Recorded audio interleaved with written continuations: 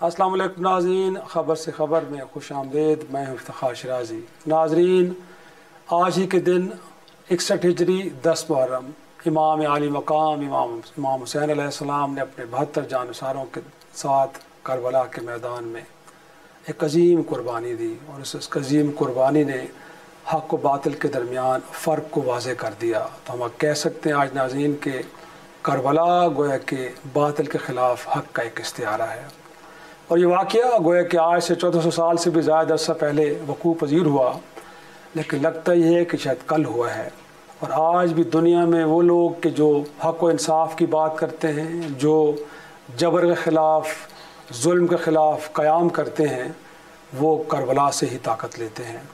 اور اس واقعے کا ناظرین ذکر گویا کہ مختلف انداز سے کیا گیا، کسی نے قصہ گوئی تو کسی نے کسی اور انداز میں، اور یقینی طور پہ شعراء نے بھی اس گویا کے واقعے کو لے کے اپنی خیالات کا اظہار کیا، اور بالخصوص بر صغیر میں تو شعراء کے ذریعے اس واقعے کو عام کرنے میں بڑا ایک گویا کہ نمایاں ہمیں لگتا ہے کہ اس کا رول نظر آتا ہے۔ تو میں اس سے پہلے کہ اس مہمان شخصیت کو متعارف کراؤں کہ جو آج ہمارے ساتھ اس پروگرام میں موجود ہیں، میں کچھ اشعار پہلے پڑھنا چاہتا ہوں، اس کے بعد مہمان شخصیت کا تعارف اور پھر گفتگو کو آگے لے کے چلیں گے۔ گویا کہ کربلا کی خاک پر کیا آدمی سجدے میں ہے، موت رسوا ہو چکی ہے، زندگی سجدے میں ہے۔ وہ جو ایک سجدہ علی کا بچ رہا تھا وقت فجر، فاطمہ کا لال شاید اب اسی سجدے میں ہے۔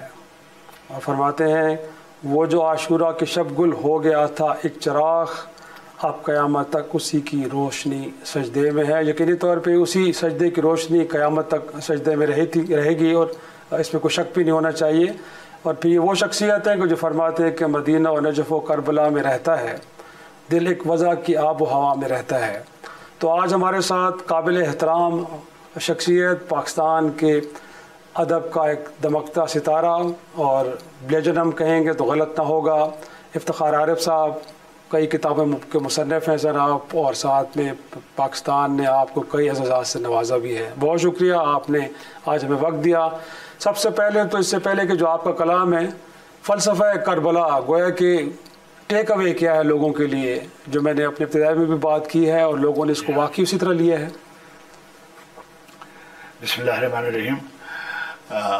میں احسان مند ہوں، آپ نے یہ مجھے سعادت بخشی کہ میں آج کے دن کی مناسبت سے کچھ باتیں کر سکوں۔ بلا شبہ تاریخ عالم میں بہت سے لوگ ہیں جنہوں نے حق کے لیے جانیں دی ہیں، ایثار کیا ہے، قربانیاں دی ہیں۔ ہر دور میں، ہر مذہب میں بہت سے نام ایسے آ جاتے ہیں جن کو دیکھ کر آپ کو اندازہ ہوتا ہے کہ بھئی یہ انہوں نے جب بات کوئی کہی، جو عہد باندھا، جس حق کا علم اٹھایا، تو اس کے لیے اپنا سب کچھ قربان کر دیا۔ لمبی فہرست ہے، مگر اس بڑی فہرست میں مذہبوں سے بالاتر ہو کر جو دو تین نام فوری طور پر ذہن میں آتے ہیں، وہ سقراط کا نام آتا ہے، جیسے حضرت عیسیٰ علیہ السلام کا نام آتا ہے، جیسے منصور حلاج کا نام آتا ہے کہ ہم نے جو کہا وہ اس پہ ہم نے اپنی جان قربان کر دی۔ مگر جو اس میں سب سے روشن اور سب سے حقیقی شخصیت سامنے آتی ہے وہ حسین بن علی کی ہے۔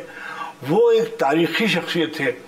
ہمارے ہاں کیا ہے کہ مثالی جو ہیں، ماڈلز جو ہیں، وہ مائتھالوجی سے، دیومالاؤں سے لیے گئے، جیسے ہندوستان میں رامائن ہے، مہا بھارت ہے، اس میں، اور ادھر یہاں ہومر کے ہاں اور دوسری جگہوں پر۔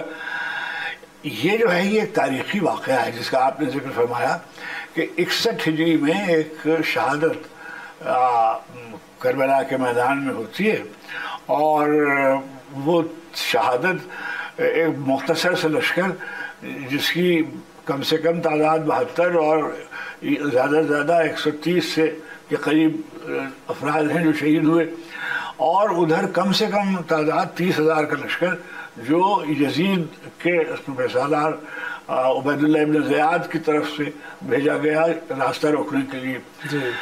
ابھی جلدی سے 2-3 جملے میں آپ سے عرض کروں تاکہ صورتحال واضح ہو جائے کہ جب امیر شام کا انتقال ہونے لگا اس سے پیشتر ان کو یہ مشورہ دیا گیا کہ خلافت کے سلسلے میں ہنگامے ہوتے ہیں تو آپ ایسا کریں کہ آپ ولی عہد مقرر کر دیں یزید کو.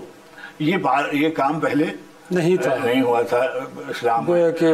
اچھا اب اور جب وہ وہاں آئے مدینہ اور انہوں نے لوگوں سے اس سلسلے میں جسے کہتے ہیں نیگوشیٹ کیا, کسی کو ڈرایا دھمکایا, کسی کو لالچ پیسے کی دی, کچھ منصبوں کا, اور تفصیل میں نہیں میں جانا چاہتا. وہاں 4 آدمی انہوں نے پوائنٹ آؤٹ کیے کہ یہ 4 آدمی جو ہیں یہ تمہارے راستے میں کھڑے ہو سکتے ہیں. سب سے پہلے نام انہوں نے لیا کہ عبداللہ ابن عمر حضرت خلیفہ ثانی کے صاحبزادے, عبد الرحمن ابن ابو بکر خلیفہ اول کے صاحبزادے, عبداللہ ابن زبیر نبی کریم علیہ الصلوۃ والتسلیم سے ان کی نسبت, اور حضرت عائشہ کی بہن اسماء کے شوہر, اور سیدنا حسین بن علی. اور انہوں نے کہا کہ ان 4 کی بیعت جو ہے وہ یقینی ہونی چاہیے. ولی عہد کے لیے بڑا ضروری ہے کہ ان کی بیعت لیں. لیجیٹیمیسی جو ہے نہیں مل پائے گی. اچھا اب کیا ہے کہ خط آیا دارالامارہ میں, ولید گورنر جو تھا اس کا مدینہ کا, اس نے بلا بھیجا. امام تشریف لے گئے اور انہوں نے کہا کہ امیر شام کا انتقال ہوا اور یزید تخت خلافت پر متمکن ہے, آپ سے بیعت طلب ہے. اس پہ انہوں نے جواب دیا, ایک جملے کا جواب ہے جو تاریخ میں محفوظ ہے کہ ہمارے جیسے لوگ, یزید کے جیسے لوگوں کی بیعت تم جیسے نہیں کرتے.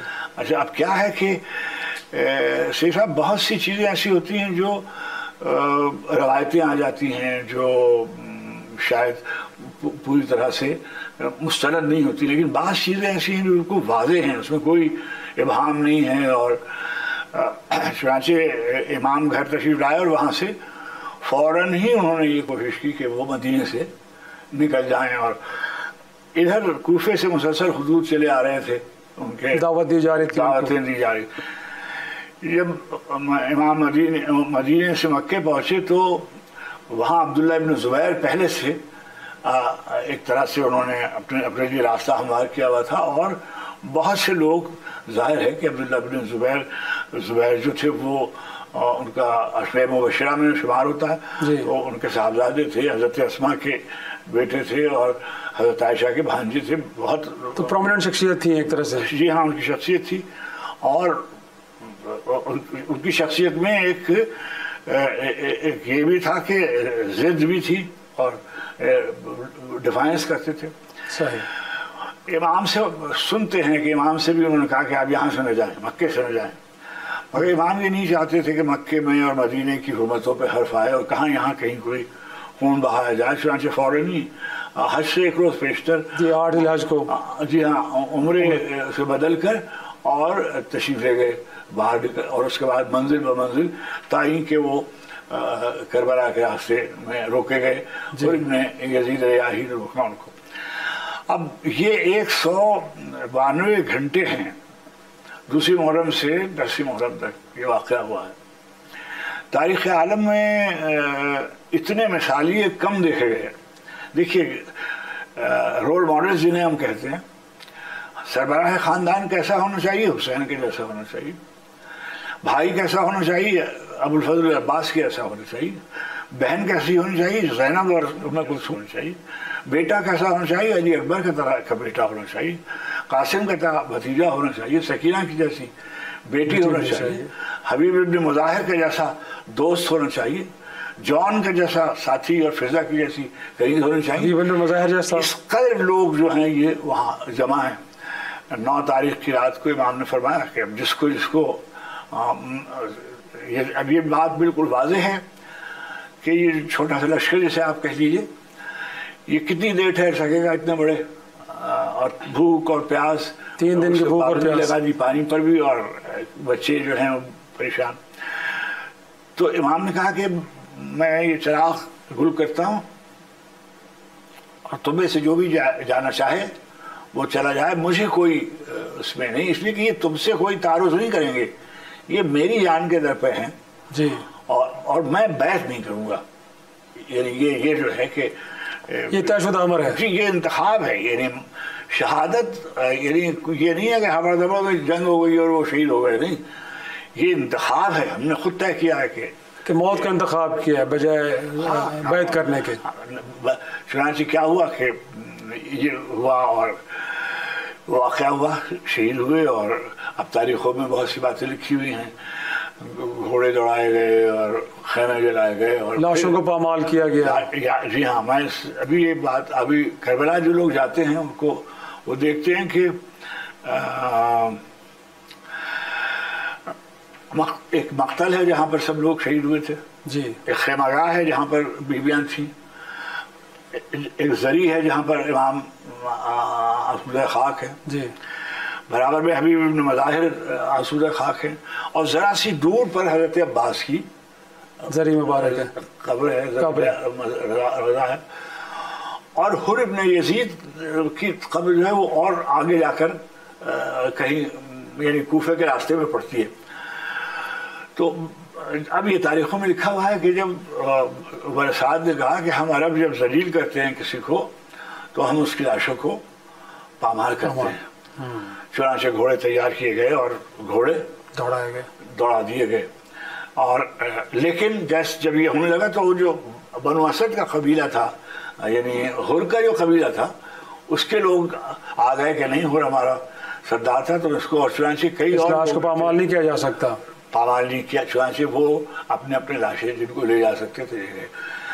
یہاں سے پھر عمر سعد جو تھا وہ عبید اللہ ابن زیاد کے دربار میں گیا، عبید اللہ ابن زیاد کے دربار سے اب بالکل مختلف راستہ، ایسا راستہ ہے جہاں لوگ میلہ دیکھنے کے لیے، تماشا دیکھنے کے لیے جمع ہیں، قطار کھڑے ایک طرح سے تماشا دیکھنے، باغی ہیں جس نے حکومت وقت کے ساتھ بغاوت کی تھی وہ آ رہا ہے۔